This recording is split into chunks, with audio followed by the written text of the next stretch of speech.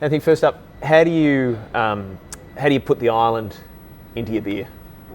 Well, Lord Howe's got a lot of stories, and one of the best stories is when the early visitors came to Lord Howe Island. When they were leaving the island, the guest lodgers used to give them a hibiscus lei, and as they were leaving on the flying boats, they'd put that lei in the water as they were leaving, and that signified a return to Lord Howe Island if that lei made it back to shore. They'd always put the lei in the water with the incoming tide, so it was a guarantee that it came back. But we put the hibiscus in our beer because it gives us that link back to Lord Howe Island. It brings people back either to the island or to the beer itself. So how important is it for you, as an islander, but also for the islanders in general, to really have a part of that community in your product? Well, it's very important to present a small island or community with a lot of respect. So we've been working with local council, the Lord Howe Island Board, in getting the right licences and everything to actually do what we're doing. And it's great. Everyone is very proud of Lord Howe Island. And it's very unique in what it has and it has to offer. So you do have to present it in the right way. And do you think that the beer itself is something that the islanders are proud of as well? Very much so. Like the young guys, when we first launched, had a lot of community support. And it's at the bowling club, it's at the golf club. And the way that we've done it is we've done it so that it spreads through the whole island, because Lord Howe Island Board owns a liquor licence for Lord Howe. So this way, every establishment is actually making some from the sale of this product. So something they can all get behind. Do you think about what the beer can do for the island? I mean, it's got such a lovely reputation anyway. It's not almost like it doesn't need enhancing, but it's actually something that seems to me to be very special because it's a little bit different. It stands out from other beers. It says something about the island. Well, that's why we chose to use the animals and unique flora and fauna in the products that we do. It's because it's presenting something that's a little bit different. It's a little bit quirky, and everything's got a story behind it. So we can present that story in its respectful, unique way. What are some of those stories? Just pick a couple. Pick a couple. The Phasmid. So it was our first launch beer.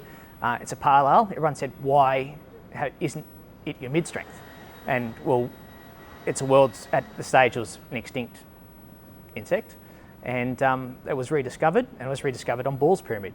So we've linked the two together. So the Pyramid's our mid-strength, and the Phasmid is our pale ale. Yeah, so nice. Little stories like that. So well thought about.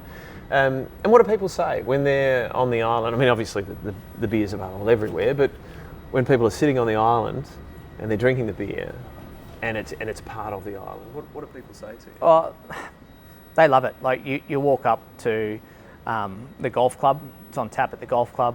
It's got the most amazing view back over Lagoon at sunset. People sit up there, they'll have a doubleheader on the deck, and it reminds me of the day fishing. Or they'll be at Crooked's little bar in town, they'll have a Golden Whistler or a Fazzy up there, and it brings a story back, and it's a talking point, and it gets people talking about the holiday, about life, and about what the island's got to offer. What's your vision for the beer company, the brewery? What can it be? What do you want it to be? And is there a part of the islander in you that thinks, actually, I don't want this to be too big. I want this to still be special? Yeah, I don't want it to grow too out of control, because Lord Howe Island is small. It's unique. We've got a cap on tourism. We've got a cap on residents. And our vision for our beer is more to present a story as opposed to actually be a big thing. So we've always envisaged it being small and being part of working with the community, and we'll work towards that. And by staying small, keeps it special, just like the island. It does. Yeah. And it keeps the stories special. So how does it work? So basically, we want to present Lord Howe. So initially, the animals were the forefront of what it is. We've still got the animals listed on the cans and at the back, but we linked them in to the island. So Lord Howe was discovered in 1788 by one of the first ships to supply. When it was discovered, they were looking back on the island.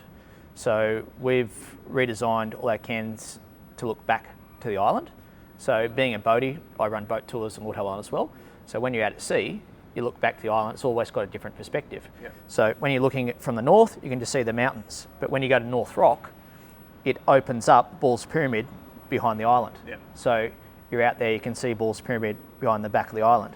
So when you come back to the other side, you lose Ball's Pyramid, but it brings Rabbit Island, which is an island inside the lagoon. So the way that you look into the can is the same as what you'd be looking at if you're on a boat out at sea. And then we've got the map of Lord Howe Island on the back of the can there. So that's the map of the actual island. And we put that in as a cloud in the back of the background. Outstanding. Love it. And they're all the same. They're all the same. All the same. Except for the little animals, Yep. which come in. Yep. And that links them in as well. But the Yeah, stories about the animals are all in the back. Beautiful.